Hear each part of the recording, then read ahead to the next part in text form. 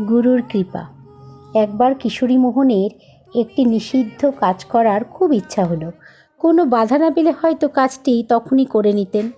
আশ্চর্যের বিষয়, সেই রাত্রে কয়েকটি মৌমাছি তার ঘরের ভেতরে বিছানায় রাখা লেপের মধ্যে ঢুকে কিশোরী মোহনকে কামড়ে দিল।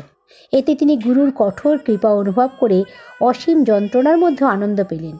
এই যন্ত্রণার তার মন থেকে অবৈধ চিন্তা দূর হয়ে গেল। এই ঘটনা তিনি কারোর কাছে প্রকাশ করতে পারলেন না। পরদিন সকালে শ্রী শ্রী ঠাকুর কিশোরী মোহনের বাড়ি এসে তাকে বললেন, ডাক্তার, মৌমাছির কামড় কেমন? কিশোরী মোহন বললেন, কে তোমাকে বলেছে আমাকে মৌমাছি কামড়েছে? তখন শ্রী শ্রী ঠাকুর তার নিজের শরীরটি কিশোরী মোহনকে দেখালেন।